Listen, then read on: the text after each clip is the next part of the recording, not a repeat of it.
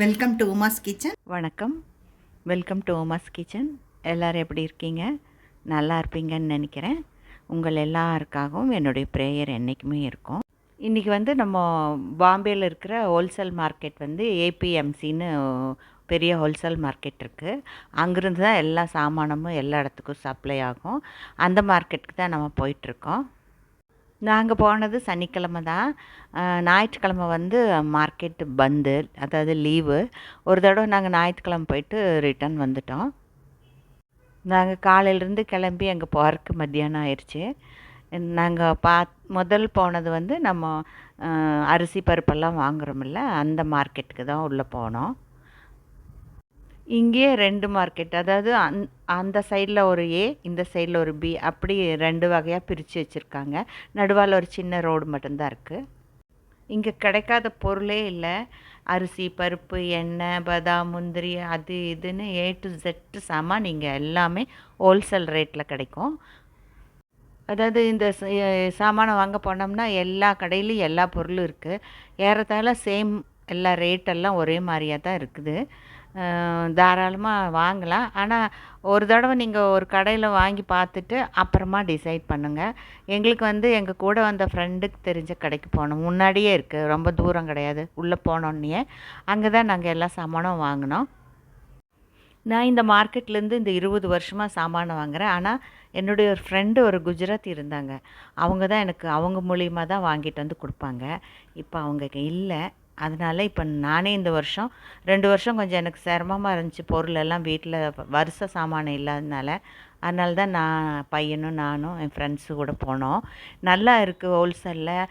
அதாவது அம்பாமோர அரிசி வாங்கினோம். அது 30 கிலோ ஒரு சிப்பு வரும். அந்த இது ரேட்டு நமக்கு எங்களுக்கு 74 ரூபா ரேட்டில் தான் கிடச்சி. அதாவது அம்பாமர அரிசியெல்லாம் கிலோ 100 ரூபாய்க்கு மேலே போகும் சாதாரணமாக.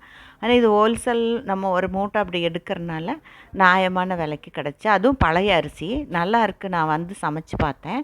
அதே மாதிரி வெல்லம் வருஷத்துக்கு தான் வாங்குவோம். ஒரு 10 கிலோ வெல்லம் அப்படியே ஒரு அச்சு வாங்கினோம். அது கிலோ 60 ரூபா மேலே ரேட் வந்துச்சு. இந்த பருப்பு ஒரு கிலோ 180 ரூபாவோடது 150 ரூபாய்க்கு கொடுத்தாங்க. அப்படியெல்லாம் கொஞ்சம் சாமானெல்லாம் நல்லா திருப்தியாக தான் வாங்கிட்டு வந்தோம். இப்போ நான் அதை கொஞ்சம் ரேட்டு காமிக்கிறேன் பாருங்கள். இது உங்கள் ஐடியாவுக்கு கரெக்டாக என்னங்கிறது பார்த்துக்கோங்க. சும்மா ரஃபாக எடுத்திருக்கேன். நம்ம நிறைய பொருள், அதாவது வருஷ சாமானெல்லாம் வாங்கும்போது இவங்கக்கிட்ட வார்க்கிங் பண்ணலாம். அவங்களும் கொஞ்சம் ரேட்டு விட்டு தான் கொடுக்குறாங்க. நான் நடக்க முடியாதனால நான் ஒரே கடைக்கு போனேன். நீங்கள் ஒரு 4-5 கடை ஏறி பார்த்து ரேட்டு விசாரிச்சுட்டு எங்கள் பொருள் நல்லா இருக்குன்னு பார்த்துட்டு அப்புறமா வாங்கிக்கோங்க. இவர் தான் இந்த கடை ஓனர். அவரே சொல்லுவார் எந்தெந்த குவாலிட்டி எது நல்லதுங்கிறது. நான் வாங்கினது இந்த வெல்லம் ஆச்சு தான், 10 கிலோவோடது. 10 கிலோவும் 700 மில்லியும் மில்லிகிராமும் இருந்துச்சு. நான் வீட்டுக்கு வந்த பிறகு சரி சாமானெல்லாம் போட்டு வைக்கலாம், பாத்திரங்களெல்லாம் செக் பண்ணும்போது தான் ஆல்ரெடி எனக்கு 4-5 கிலோ வெல்லம் மேலே இருந்திருக்கு, தெரியலை. அதனால் அதை தான் யூஸ் பண்ணுறதுக்கு எடுத்துகிட்டு இதை அப்படியே வச்சுட்டேன். இங்கே மசாலா ஐட்டமெல்லாம் நிறைய எல்லா வகையும் வச்சுருக்காங்க. எல்லா வெரைட்டிஸும் இருக்குது. எந்த மசாலா வேணாலும் கிடைக்குது. அதாவது ஊறுகாயிலையும் அப்படி தான். எல்லா வகையிலும் இல்லைங்கிற வார்த்தையே இங்கே இல்லை, அந்த அளவுக்கு இருக்குது. இங்கே சாப்பிட்ற ஐட்டம் இந்த சூடான்னு சொல்கிறோம்ல அது, அப்புறம் முறுக்கு, மிக்சரு, அப்புறம் டோஸ்ட் வகைரா, வர்க்கி வகைரா எல்லாமே கிடைக்குது. பதாம்லேயே நான் பார்த்ததில் 650லிருந்து 4300 வரைக்கும் இருக்குது. அது பார்த்தோன்னே பயந்துட்டு, அவ்வளோ வெரைட்டிஸ் இருக்குங்க. இது இங்கே ஏ மார்க்கெட்டு பி மார்க்கெட் அந்த மாதிரி இருக்குது.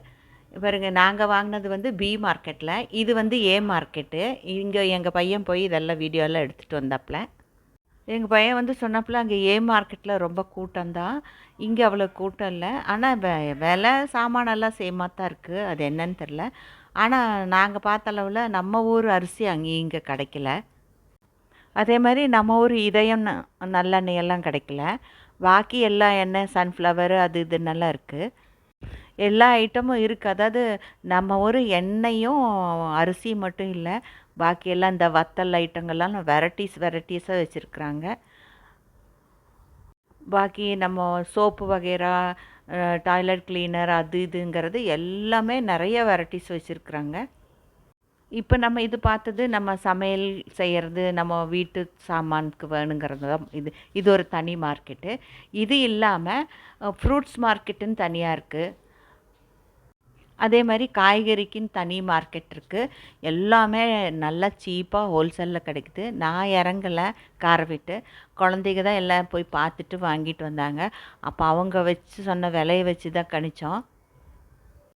நாங்கள் கொஞ்சம் நல்லா காய்கறிகளும் ஃப்ரூட்ஸும் வாங்கினோம். அப்புறம் எங்களுக்கு கொஞ்சம் பசி வந்துருச்சு.